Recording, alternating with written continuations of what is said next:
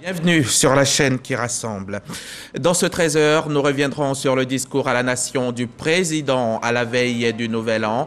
Nous nous intéresserons à l'aspect santé du message. Le chef de l'État a évoqué les réalisations en matière d'infrastructures sanitaires dans tout le pays afin de permettre aux populations une accessibilité réelle aux soins de santé. La santé des populations est définitivement une des priorités majeures du gouvernement. Le ministre Pierre Demba a visité récemment quelques centres de santé du district d'Abidjan pour s'assurer de l'état du plateau technique. Il en a profité pour sensibiliser encore sur les précautions à prendre face au coronavirus. Les États-Unis ont annoncé hier avoir exclu l'Éthiopie, le Mali et la Guinée de l'AGOA, la loi sur la croissance et les opportunités de développement en Afrique. Washington a jugé que les actions prises par ces trois gouvernements en violent les principes. L'AGOA a été mis en place pour que des milliers de produits africains bénéficient de réductions de taxes à l'importation. L'ODPSI, c'est l'Ordre des détectives privés et enquêteurs de Côte d'Ivoire et c'est la première organisation nationale professionnelle reconnue, représentative et consultative de l'activité du détective privé en Côte d'Ivoire.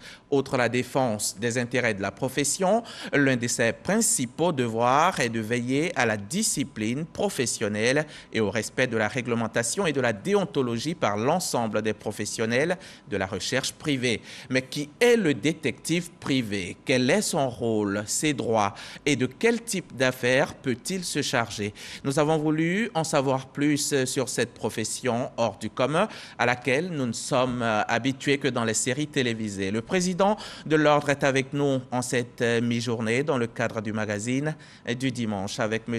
Narcisse Dozo, nous allons faire une immersion dans l'univers des détectives privés en Côte d'Ivoire. Bonne année, M. Dozo. Merci, bonne année à vous aussi. Bienvenue sur notre plateau. Merci. Et on se retrouve tout à l'heure Pas de problème. pour notre entretien. Merci. À la veille du Nouvel An, le chef de l'État s'est adressé à la nation. L'un des points sur lesquels a insisté le président Alassane Ouattara, c'est bien la place de la santé dans le programme du gouvernement. Pour preuve, des infrastructures sanitaires se rapprochent des populations. L'État en réalise dans toutes les régions de Côte d'Ivoire et continuera d'en réaliser. Retour sur ce pan du message à la nation du président de la République, c'est avec Salimata Dia. Offrir de meilleures infrastructures sanitaires aux populations et des soins de qualité, c'est l'objectif du gouvernement avec la mise en œuvre de la réforme hospitalière. Dans ce cadre, la réhabilitation et la construction de plusieurs infrastructures ont été achevées cette année sur l'ensemble du territoire national. Il s'agit notamment du nouveau CHR d'Aboisseau, du service de gynécologie obstétrique du CHU de Treichville, de la phase 1 de l'hôpital général d'Adiamé et du CHR de Daloa.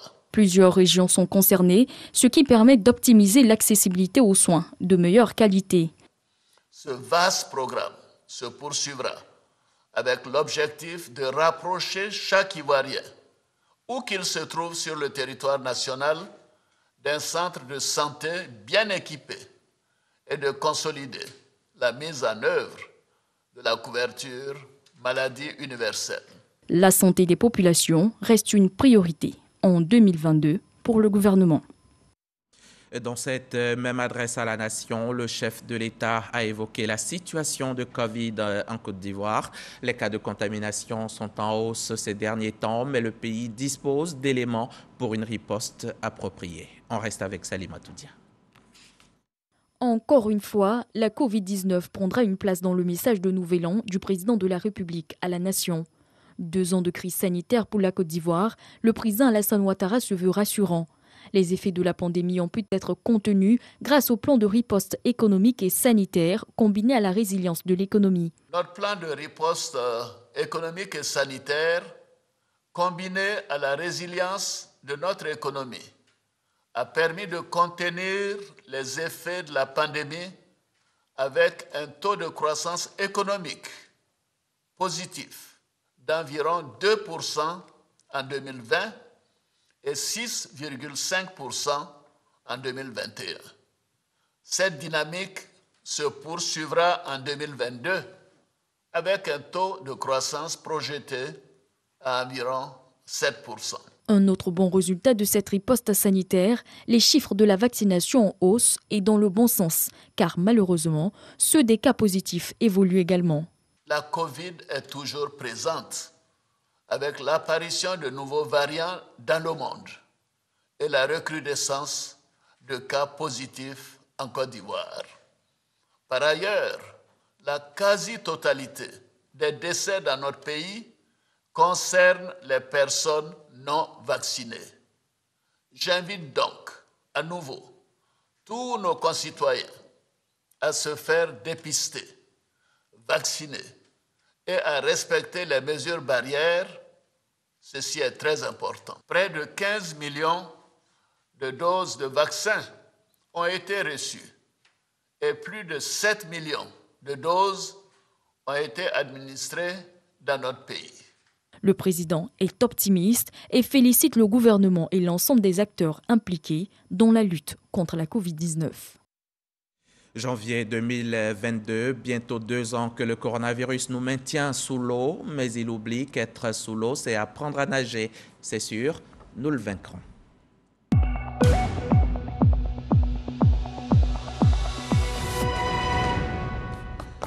Hier encore, le coronavirus nous a fait mal. Hier encore, le monstre nous a enlevé 4 vies, 4 personnes arrachées à l'affection de leurs proches. Hier encore, on a enregistré 811 nouvelles contaminations. Hier encore, on a maudit le coronavirus. Et aujourd'hui encore, on prie que le monde en soit débarrassé. 71 815, le nombre de personnes touchées en Côte d'Ivoire depuis le début de la pandémie, une maladie qui a occasionné jusqu'à 718 décès. Il est temps que la victoire change de camp et pour ça, prenons conscience, prenons nos responsabilités, portons nos masques, faisons-nous vacciner.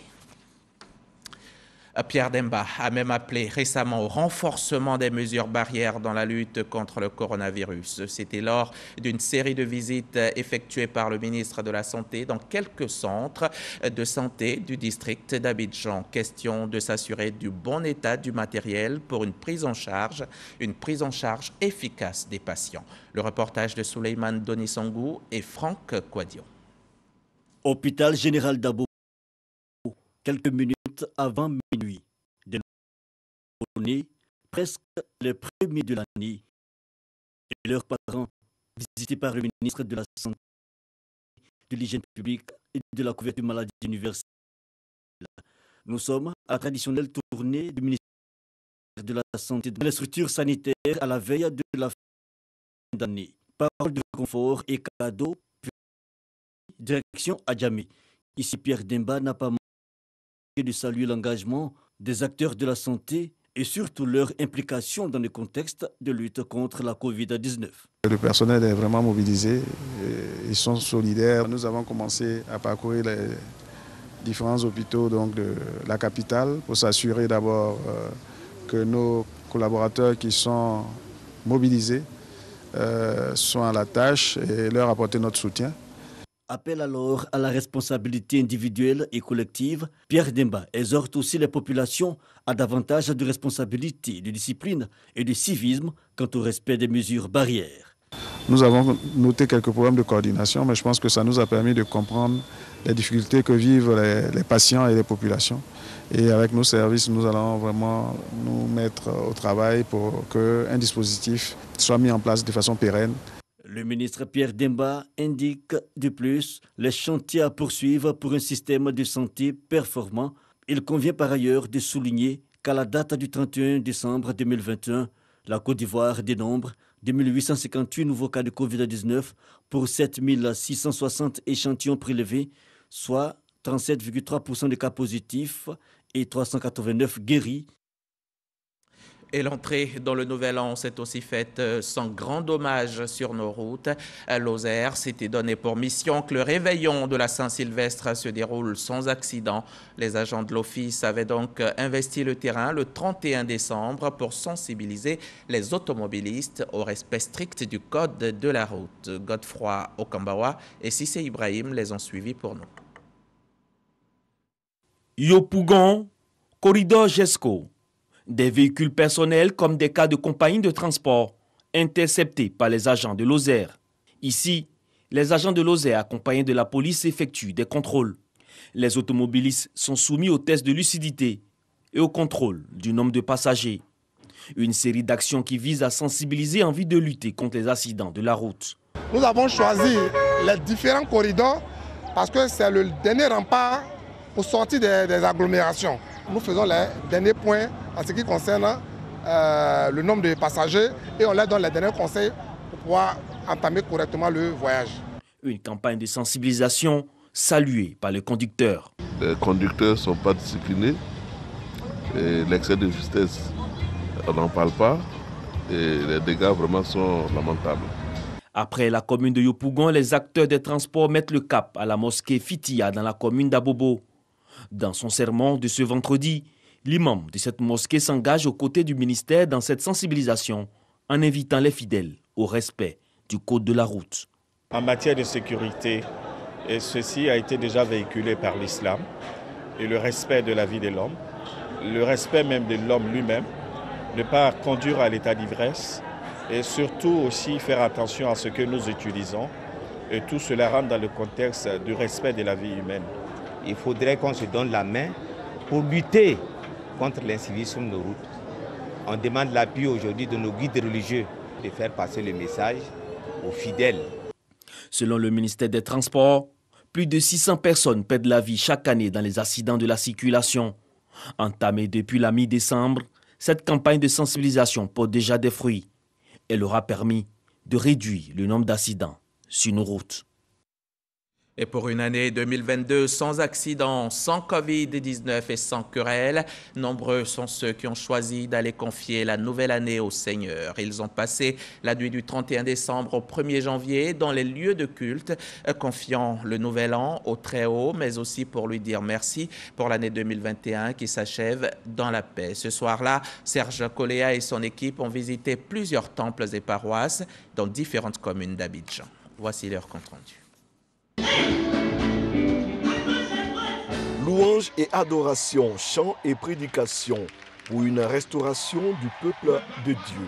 Nous sommes à la Riviera Faya, à la cathédrale de la vie. Le 31 est la nuit qui enfante 365 jours et nous croyons que cette traversée est importante pour toute personne spirituelle ou pas. Parce que la manière dont quelqu'un passe d'une année à une autre détermine ce qu'il croise dans l'année qui suit.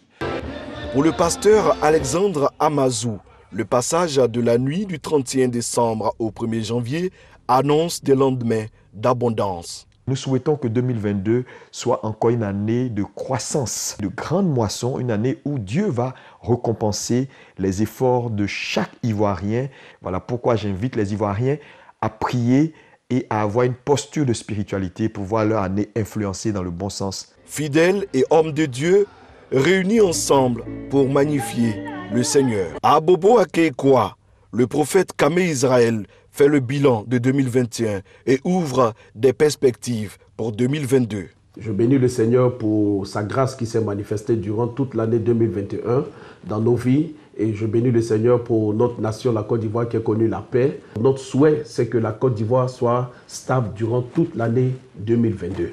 À Yopougon, le message de Nouvel An des hommes de Dieu rime avec la cohésion sociale. Que Dieu donne à nos leaders de pouvoir s'entendre autour d'un idéal commun qui est la paix, pour que cette nouvelle année que nous commençons annonce une paix nouvelle, un nouveau départ. 2022 sera pour la Côte d'Ivoire une année de grande émergence, de grande prospérité. Que Dieu bénisse la Côte d'Ivoire. Paix en Côte d'Ivoire, unité entre les filles et fils de ce pays, tel est le message abondamment véhiculé dans les lieux de culte. Je vous emmène maintenant à Méagui, au sud-ouest de la Côte d'Ivoire, région de la Nawa. On part voir comment les populations ont vécu le passage de 2021 à 2022. Franck Quadio, qui y a passé la Saint-Sylvestre, nous dit que nombre d'habitants de Méagui ont aussi choisi d'investir les églises, confiant le nouvel an au Seigneur. Grotte mariale, les fidèles chrétiens de l'église catholique de Méagui, dans le recueillement. Des prières en faveur de la paix pour le pays sont dites Nous souhaitons que la paix soit dans les familles et que nous assistions à une Côte d'Ivoire réconciliée, fraternelle, prospère et belle. La Saint-Sylvestre célébrée ce 31 décembre, une opportunité pour les chrétiens des communautés des Assemblées de Dieu Temple à Philadelphie de traduire leur gratitude au Créateur. Pareille inclinaison à l'église baptiste missionnaire, mais aussi à l'église du christianisme céleste de Méagui. Louanges et prières en ont constitué les temps forts. L'Éternel nous a secourus. Il était normal que nous le prions et que nous lui disions merci. Nous sommes venus à cette cérémonie pour demander au Seigneur de mettre la main sur la Côte d'Ivoire afin que notre pays soit toujours dans la paix, dans l'amour. C'est Dieu merveilleux qui nous a fait rentrer dans l'année 2022. Veille sur la Côte d'Ivoire, qui donne nos autorités la sagesse pour continuer à diriger ce pays. Dans les temples et paroisses de la commune de Méagui, la célébration de la Sainte Sylvestre marque le passage de l'année 2021 à 2022 et cela s'est fait dans une ambiance d'espérance pour une nouvelle année des plus prometteuses pour les Ivoiriens. Paix et tranquillité, voilà le bonheur. Une année 2022 paisible, sans violence, voilà le souhait de tous, notamment des populations de Yamoussoukro. Lors du réveillon du 31 décembre et pour accueillir la nouvelle année, les religieux de la capitale politique de Côte d'Ivoire ont longuement prié pour la paix et la cohésion sociale. Léon Brokwame, RTI Boaké. Cathédrale Saint-Augustin de Yamoussoukro, nuit de la Saint-Sylvestre. Avant la vigile pour disposer chaque fidèle à entrer en 2022, prière pour la paix en Côte d'Ivoire, officié par Monseigneur Alexis Touablioulou. Pareil chez les célestes ou les évangélistes, notamment les fidèles de la mission internationale d'évangélisation ou de l'Église royale. Que les portes spirituelles s'ouvrent à tous les niveaux, que des investissements arrivent pour que le pays avance aussi. Nous, notre souhait est que l'année qui est arrivée soit une année de bonnes nouvelles. Le Père de la Nation qui a voulu que la Côte d'Ivoire ait pour seconde religion la paix. Et il a dit lui-même que la paix n'est pas un vain mot, mais un comportement. Alors notre souhait, c'est que ce pays, la Côte d'Ivoire, soit vraiment un pays de paix. Tous ces religieux unanimes, Yamoussoukro de l'apôtre de la paix, feu le président Félix Houphouët-Boigny a perdu son lustre de terre de paix avec les violences des récentes échéances électorales. Il faut donc réhabiliter cet asile de paix, vœu du maire de la capitale politique et ses collaborateurs réunis en débriefing de 2021 pour envisager 2022. Le président Houphouët-Boigny nous a enseigné ici la paix, la considération de notre prochain, l'amour de notre prochain. Ces vœux, aussi ceux de la rue et des forces de l'ordre en nombre impressionnant pour sécuriser les populations de Yamoussoukro et leurs biens en cette fin d'année. Du côté de Pricro, au centre-est de la Côte d'Ivoire, on a célébré le Nouvel An au son de la paix, de l'amour de l'autre et des magnifiques feux d'artifice offerts aux populations par les cadres de la localité. Une occasion pour les habitants de Pricro de dire merci au gouvernement pour le développement qui s'installe chaque jour un peu plus chez eux. Le témoignage de Soro Corona de la station régionale RTI Boaké. Pricro célèbre les premiers instants de l'année 2022. Il est minuit. Le ciel de la commune de Pricro est illuminé par des feux d'artifice. Une première dans la vie des populations de ce département de la région d'Elifou. Pendant plusieurs minutes, les populations de Pricro ont laissé éclater leur joie. Ce soir, nous avons vécu un bon moment. Un bon moment parce que, étant à Pricro, une petite localité, nous n'avons pas la chance de voir ces feux d'artifice. On a eu pour habitude de les voir à la télévision.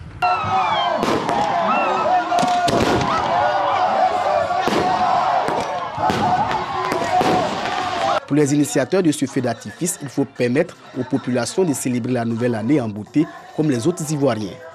C'est aussi l'occasion pour les cadres d'inviter les populations à promouvoir les valeurs de paix, de cohésion et du rassemblement, valeurs cardinales et socle de tout développement. Il y a un feu d'artifice qui est organisé à Abidjan pour égayer les populations. Et nos parents de Pricro ne peuvent pas se rendre à Abidjan. C'est pourquoi un fils qui aime ses parents a décidé de leur offrir ce moment de joie que vivent les autres ailleurs. Plusieurs artistes locaux ont donné une coloration particulière à ce tout premier feu d'artifice à Pricro. Bonne ambiance dans les rues. Des moments pour oublier les mauvais souvenirs de 2021, enterrés avec son chapelet des difficultés et formuler des vœux pour l'année naissante. Doropo n'a rien eu à envier à Pricro et ses feux d'artifice. Le réveillon de la Saint-Sylvestre y était tout aussi belle.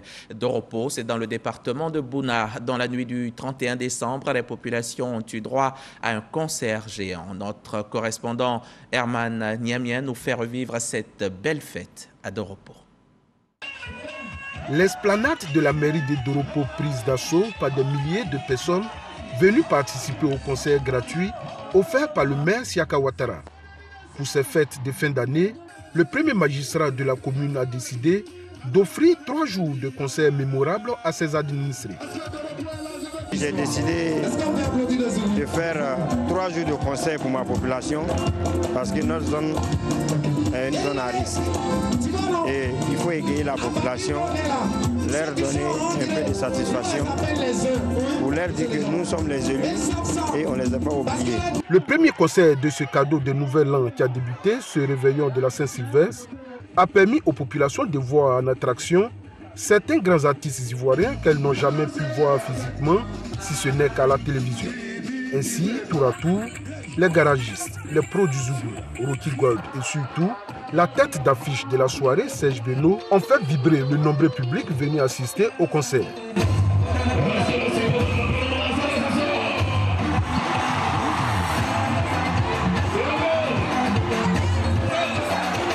Cerise sur le gâteau, les populations ont eu droit à minuit à un feu d'artifice géant.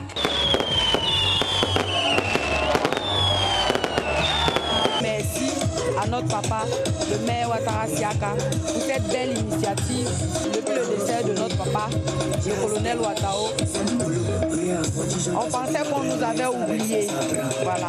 Donc on ne peut que lui dire merci et prier pour nous. Après un concert réussi, ce 1er janvier, Siaka Ouattara s'est également rendu dans certains domiciles où résident des veuves pour leur faire des dons de vivres afin de leur permettre de passer de bonnes fêtes de Nouvel An. Un geste bien apprécié par les bénéficiaires. Toujours dans la dynamique de la joie des fêtes de fin d'année, les populations ont assisté à la finale du tournoi de la cohésion doté du trophée Nialé Kaba. Un tournoi remporté par le FC Nakele qui était opposé à Tingo Yalo sur le score de 1-0. Le 31 décembre, Tikenja a fait vibrer le stade Mamadou Koulibaly d'Odiéné, un stade plein comme un œuf. Les mélomanes de la star internationale ont réveillonné avec l'artiste et quelques cadres de la ville, des cadres que Tikenja Fakoli a invités à travailler main dans la main pour le rayonnement de leur région. Depuis Odiéné, le reportage de Issa Chonayo. Il est 0h.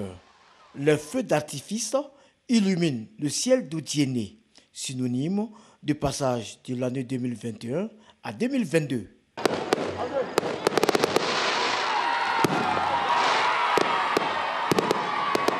Après ce passage à la nouvelle année, les Odiénékas se donnent rendez-vous au stade Mamadou Koulibaly. Là, un fils reconnu sur le plan international en matière de reggae, Tikenja Fakoli, donne de la voix. Il y en a qui sont les descendants de Bakongo, il y en a qui sont les descendants de Sahara, il y en a qui sont les descendants de Mandjou Touré. Moi je suis celui de Fakoli Bouba, on est Fakoli là-bas. Le fils de Jah Rastafari passe en revue ancien et nouveau répertoire.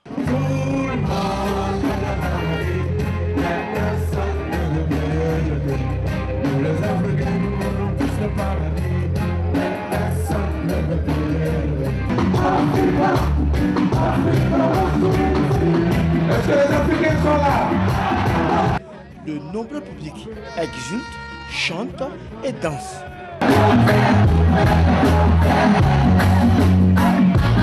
Bon, l'ambiance, elle est géniale, elle est wow, c'est super. En un mot, on peut dire c'est super. Tikenja Fakoli est en mission pour ce 1e concert dans sa région natale. Réconcilier tous les fils et filles du Denguélé. Aujourd'hui, nous sommes fiers de recevoir Chikendia Fakoli qui fait la fierté du Denguélé, la fierté de la Côte d'Ivoire, la fierté de l'Afrique. Et aujourd'hui, nous étions contents parce que tous nos frères et sœurs, tous les élus, nous étions là.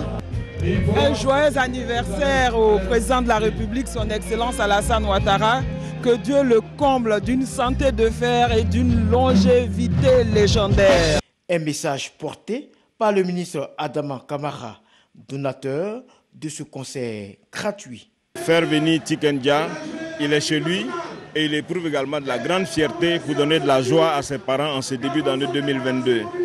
Donc c'est une manifestation où nous exprimons notre joie, nous exprimons notre reconnaissance au président de la République pour tout ce qu'il a fait pour la région du Denguélé.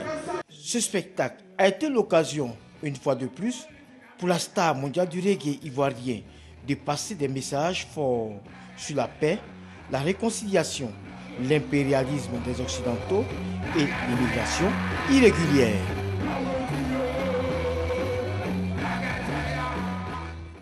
C'est un 31 décembre à tout feu tout flamme à Odiéné. Un reportage de Issa Chonan Yeo et Ulrich Adongon. Nous allons aller maintenant à Korogo. Korogo, la cité du Poro, qui était aussi en fête en fin d'année 2021, afin qu'elle démarre l'année nouvelle dans la joie et le ventre plein. Les populations vulnérables de la ville de Korogo ont reçu des vivres du chef de l'État. Ce sont 40 tonnes de vivres d'une valeur de 20 millions de francs CFA qui leur ont été distribués hier 1er janvier. Le reportage complet de Sie Kwasi vous sera proposé dans nos éditions à venir. De retour ici à Abidjan, on va s'intéresser au tournoi de la paix et de la cohésion sociale, un tournoi de football des femmes à Tchan. C'était à la veille du Nouvel An. Elles ont choisi le sport pour promouvoir les valeurs de paix, de solidarité et de fraternité. C'était un moment convivial, comme nous le disent Michel Kwame et Astou Touré Danyogo. L'année se termine dans la joie et la convivialité chez les femmes à Tchan. Pour finir l'année en beauté, elles ont décidé d'organiser un tournoi de football autour des valeurs de paix, de cohésion et de fraternité. Les femmes sont venues des 60 villages à Tchan pour participer à ce tournoi de la paix et la cohésion. La finale s'est jouée entre Songon en orange et Cocody en bleu sur le terrain de Mputo village.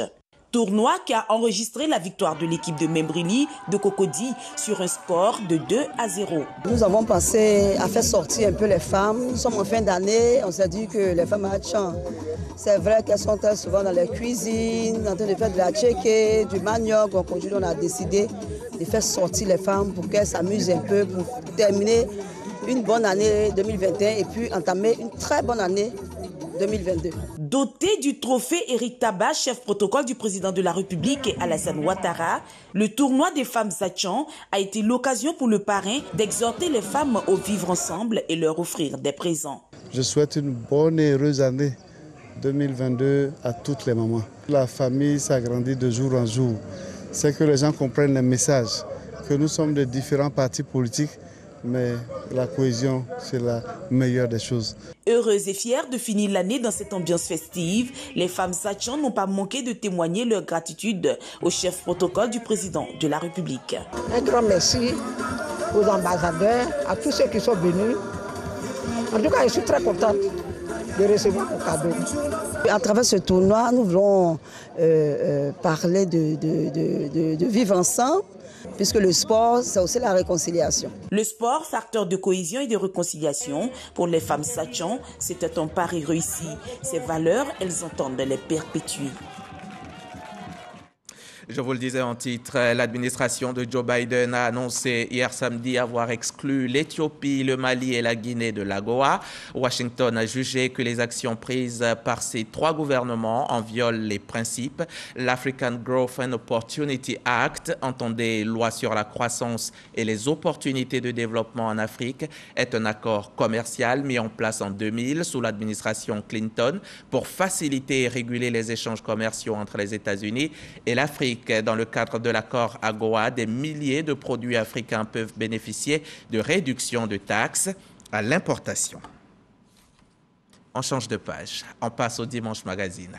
Les détectives privés, vous connaissez certainement, mais ce que beaucoup d'entre vous ne savent pas, c'est qu'il y en a des détectives autour de nous.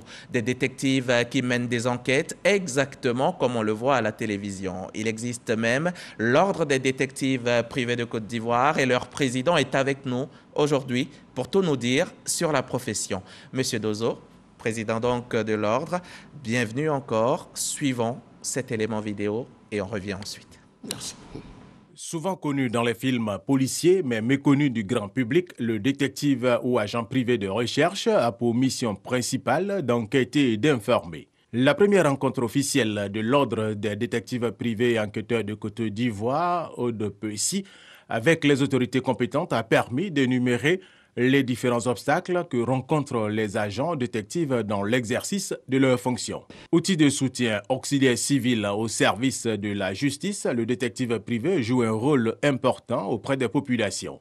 Il n'y a pas de décret qui formalise ces actes, tout ce qui est cette fonction-là. Il faut vraiment un décret. Et là, ils nous ont souligné ici dans leur présentation. Et nous souhaitons tous que ces tests-là puissent être pris pour que nous aussi, professionnels du droit, nous puissions pratiquement travailler en collaboration de façon sereine et légale avec les détectives privés. Le détective privé intervient dans plusieurs domaines, les affaires familiales, les affaires civiles et commerciales, les affaires pénales, les affaires industrielles et bien d'autres. Monsieur Dozo, bonjour et bienvenue. Bonjour. Qu'est-ce qu'un détective privé? Alors, un détective privé, c'est un agent de renseignement privé qui recherche pour le compte de son client des preuves à l'effet de défendre sa cause devant la justice. Et, entre détective privé et enquêteur professionnel, il y a une nuance? Pas vraiment, parce qu'en Côte d'Ivoire, on n'a pas encore d'école de détective privé. Alors, ce qui fait que le détective privé travaille aujourd'hui en tant qu'entreprise commerciale, donc sur la base d'un registre de commerce enregistré au crédit immobilier. Et donc, partant de là, il crée une entreprise et il engage comme directeur des opérations un ancien agent de police ou de renseignement généraux à la retraite. Et ça fait de lui un enquêteur privé. À côté de cela, comme je le disais, il n'y a pas encore d'école en Côte d'Ivoire. Donc, il y a certains de nos confrères qui ont fait la formation à l'extérieur de la Côte d'Ivoire ou par correspondance. Ceux-là qui travaillent de façon solitaire sont donc des détectives privés. Donc, il y a des détectives privés qui travaillent de façon solitaire et il y a l'enquêteur privé qui gère une agence de services privés. Et quand vous parlez de faire des cours à l'extérieur, notamment en Afrique, c'est au Bénin? C'est au Bénin, effectivement. Au Bénin, il y a la première école de détectives privés en Côte d'Ivoire. En Afrique? En Afrique. Le Burkina Faso a déjà des détectives privés. Au Maroc, on en trouve. Au Cameroun, on en trouve. Et puis, évidemment, au Bénin, à Madagascar également. Madagascar aussi. Et puis, comment on devient détective privé, donc, ici, en Côte d'Ivoire? Alors, pour être détective privé en Côte d'Ivoire, il faut se rapprocher de la loi de 1963-127 du 27 mars 1963 portant statut des agents d'affaires, qui crée un certain nombre de professions, parmi lesquelles l'agent de renseignement privé et de police privée. Alors, cette loi dit qu'il faut être âgé de 25 ans au moins, avoir au moins le BPC, et puis avoir fait une enquête, l'objet d'une enquête de moralité auprès des services de renseignement généraux. Et puis, bien entendu, être inscrit au crédit immobilier avec pour objet détective privé. Donc, à ce moment, vous pouvez créer une agence de détective privé. Mais vous n'avez pas un fondement juridique en tant que tel? Évidemment, il y a un fondement juridique. La loi a déjà prévu la fonction. Mais est-ce qu'un décret d'application a été... Il n'y a pas encore de décret d'application. Ce décret d'application est en cours, on l'espère, et qu'il va venir très bientôt. Vous l'espérez. Qu'est-ce que vous faites pour qu'il arrive, ce décret? Alors, pour l'heure, l'Ordre des détectives privés a prévu un livre blanc pour faire un état des lieux qui a été transmis au gouvernement pour dire que depuis 1963, il y a des détectives privés en Côte d'Ivoire et qui travaillent. Donc, un état des lieux a été fait. Donc, le gouvernement ne le savait pas, vous voulez dire? Le gouvernement, certainement, n'avait pas l'état des lieux. Nous attirons leur attention sur le fait qu'il y a une profession qui existe en Côte d'Ivoire depuis 1963, mais qui n'a pas un mode de fonctionnement. Alors, donc, on a attiré l'attention sur, dans ce livre blanc. Qu'est-ce qu'il contient, ce livre blanc? Alors, l'état des lieux, d'accord. L'état des lieux. Oui. Il contient la clé de répartition des détectives privés sur l'étendue du territoire ivoirien. Et en plus de cela, nous avons édité un code de déontologie pour dire également comment le détective privé doit se comporter vis-à-vis de son client. Pour le simple fait qu'il n'y ait pas à ce jour un décret d'application, il faut naturellement respecter dans la profession les lois en vigueur en Côte d'Ivoire. Donc, comme on le dirait, le détective privé ne peut pas faire n'importe quoi. C'est pour cela que ce code de déontologie... Il y en a même qui pensent que vous travaillez dans l'illégalité, vu qu'il n'y a pas encore ce décret d'application. Bien sûr, beaucoup le disent, et c'est la mission de l'ordre.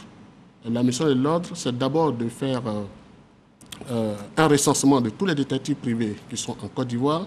Ensuite, de les sensibiliser pour dire aux détectives privés, attention, il faut travailler selon les lois en vigueur. On ne peut pas, par exemple, faire de la filature. C'est ce que tout le monde connaît du détective. On ne peut pas faire de la filature parce qu'il faut faire de la filature. On dit qu'on vous fait appel, on a recours à vous pour suivre des conjoints. Oui. C'est ce qui est reconnu principalement comme travail du détective en Côte d'Ivoire. Alors aujourd'hui, le détective privé n'est plus la brigade de cocu. Aujourd'hui, comme je le disais à la table de mon introduction, on parle d'une agence. Une agence avec... beaucoup de spécialités. Il s'agit de la filature, donc qui est une partie des affaires familiales. Et donc en Côte d'Ivoire, comme on le dit qu'il n'y a pas de décret d'application, évidemment, il faut s'attacher dans l'exécution donc de cette affaire-là aux droits de la famille.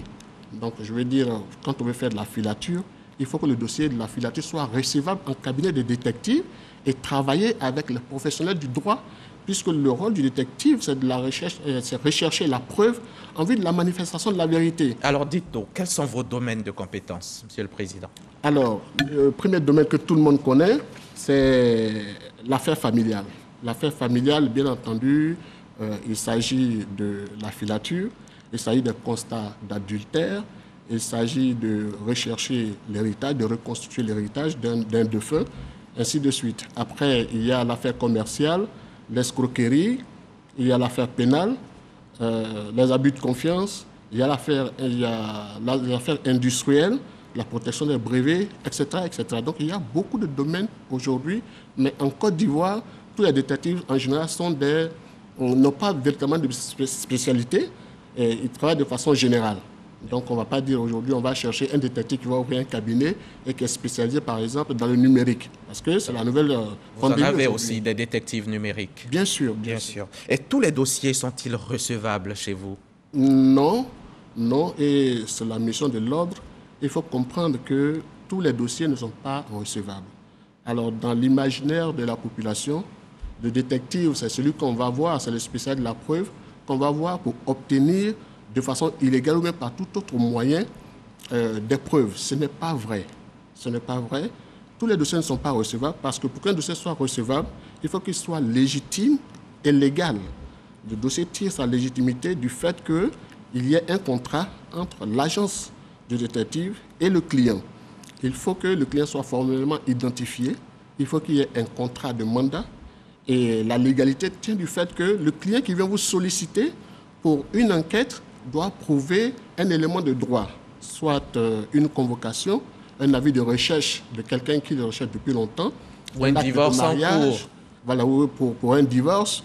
Alors, je vais dire simplement qu'on ne peut pas venir voir un détective pour dire je suis à Mankono. Je m'appelle Yao Kwasi, voilà, chef de plateau à la RTI, et je veux que vous suiviez mon épouse. Tout à fait. C'est pas possible. C'est pas possible. Il n'y a aucun lien de droit entre ce que vous nous demandez et l'exécution, parce que vous allez atteindre à la vie privée de quelqu'un sans qu'on le demande. Donc, tous les dossiers ne sont pas recevables. D'accord. Comment ça se fait une mission? Alors, une mission, comme je vous le disais, il faut déjà recevoir le dossier, il faut qu'il soit conforme. Conforme, d'accord. Donc, si c'est un dossier pénal, on va dire n'importe quoi, Monsieur X a été escroqué par un tiers, il a porté plainte à la gendarmerie, etc. Et depuis 2 ans, il n'arrive pas à le retrouver. Il vient voir un détective privé. Donc quand il vient, Un contrat de mandat est rédigé après avoir vérifié que ces deux éléments-là sont conformes. La mission du détective privé, c'est de rentrer en contact avec l'officier de police judiciaire qui a le dossier. Ça, c'est dans le cadre du dossier pénal. Et c'est aussi à lui que vous remettez votre rapport d'enquête? Ce n'est pas évident, ce n'est pas bien de lui remettre le rapport parce que le détective privé est tenu au secret professionnel. Bien sûr. Alors que le client qui vient, c'est un citoyen lambda, il vient exposer sa situation avec beaucoup d'émotions. Donc, si vous lui donnez des affaires sensibles, des informations confidentielles, il peut le laisser dans le domaine public et ça peut porter préjudice. D'accord. À qui vous remettez votre rapport?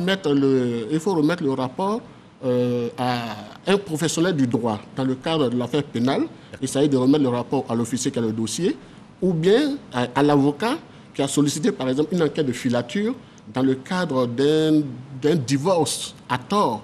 Parce que dans tous les cas, ce n'est pas le client qui aura besoin de preuves.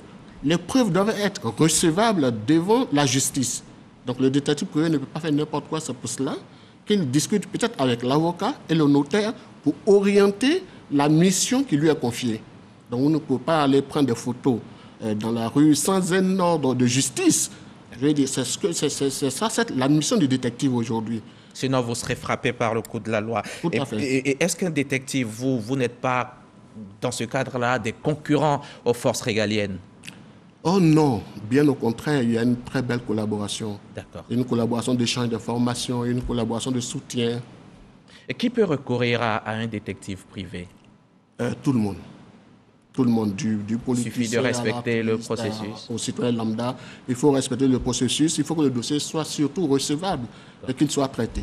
Il faut retenir à la fin que le travail, la mission qui est confiée au détective, le résultat n'appartient pas au client, appartient aux professionnels du droit. D'accord. Voilà. D'accord. Et combien coûte une mission chez vous? Ils sont beaucoup à se demander, je suis sûr, qui regardent. Non, c'est une question qui revient très souvent, mais comprenez qu'il n'y a pas un prix fixe pour une mission. Oui. Tout est question de l'étude que nous faisons du dossier. Évidemment, si vous cherchez, dans le cas d'une filature, un VIP, entre guillemets, quelqu'un qui a un salaire de 7 chiffres, que vous devez suivre pendant 1 mois, il est sûr que pour suivre ce genre de personnes, il va falloir mettre beaucoup d'argent dans la mission que quelqu'un qui va, par exemple, dans un petit maquis. D'accord. Des détectives, il y en a en Côte d'Ivoire. Vous êtes au nombre de 200 à peu près. C'est ça. Et parmi vous, officiellement, il n'y a qu'une femme. Tout à fait. Et une seule femme. Je salue ce midi d'ailleurs. D'accord, merci. Et puis, le détective peut-il arrêter une mission quand ça lui chante comme ça? Non, pas que ça lui chante, mais le détective peut arrêter la mission quand il se rend compte que pendant l'exécution de la mission, l'objectif premier pour lequel il a été commis a changé. On va dire que M. X est venu faire une enquête de moralité pour, par exemple, des fiançailles, alors qu'en réalité, pendant la mission, on se rend compte que c'est tout autre chose. Le détective a l'obligation d'arrêter la mission et le client a l'obligation de payer l'intégralité de la facture qui lui a été proposée. Il faut dire que votre mission, vous pouvez les accomplir ici en Côte d'Ivoire comme en dehors. Bien sûr, bien sûr. On peut les accomplir à l'international comme en Côte d'Ivoire. Est-ce que les indices de la police peuvent être considérés comme des détectives? Bien sûr, on peut les considérer comme des détectives, mais encore faut-il qu'ils rentrent dans le cadre légal que nous sommes en train de mettre en place. D'accord. Comment on vous contacte? Sur un site internet, l'ODPC www.odpc.com et sur notre numéro de téléphone, le 25 22 00 82 52. D'accord. Merci beaucoup. Et puis, il faut dire, votre décret d'application n'a pas encore vu le jour, mais l'ordre existe avec des missions. Rappelez-nous-en deux missions de l'ordre. Alors, affaires familiales et affaires pénales.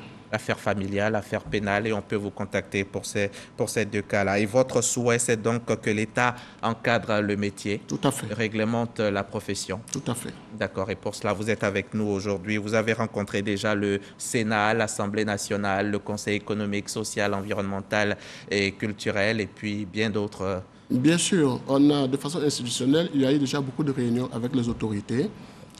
Ailleurs, le détective est sous la responsabilité du ministère de l'Intérieur. Alors, quand on a fait les premières démarches et que nous avons écrit aux plus hautes autorités, notamment la primature, on a été dirigeanté vers le ministère de l'Intérieur et nous avons établi beaucoup de contacts. Nous avons eu plein de séances de travail. On a également rencontré des autorités politiques, institutionnelles. avec la Direction générale de l'administration du territoire. Et donc nous attendons. On nous a même demandé de faire la proposition de décret et au moment où on vous parle, cette proposition est sur le bureau du ministre de la Justice. On espère que dans ces temps à venir, ça sera chose faite. Rappelez-nous votre contact, il y en a qui n'ont pas pu prendre note. Alors, on peut nous joindre au 25 22 00 82 52. Merci. Ou sur www.odpci.com. Merci, M. Dozo. Merci. Narcisse Dozo, président de l'Ordre des détectives privés et enquêteurs professionnels de Côte d'Ivoire. Je rappelle que vous êtes venu nous parler de votre métier d'enquêteur privé. Les populations savent maintenant que vous existez. Elles savent aussi comment et pour quel dossier on peut recourir à vous. Merci d'avoir accepté notre invitation. On vous laisse aller poursuivre vos enquêtes. Merci. Merci à vous aussi, chers téléspectateurs. J'espère que vous avez pris plaisir à suivre ce premier Dimanche Magazine de 2022. Les belles choses, il y en aura encore et encore sur RTI 1 tout au long de cette année. Je reviens chez vous mercredi à 13h, bien sûr, si vous le voulez bien. D'ici là, santé.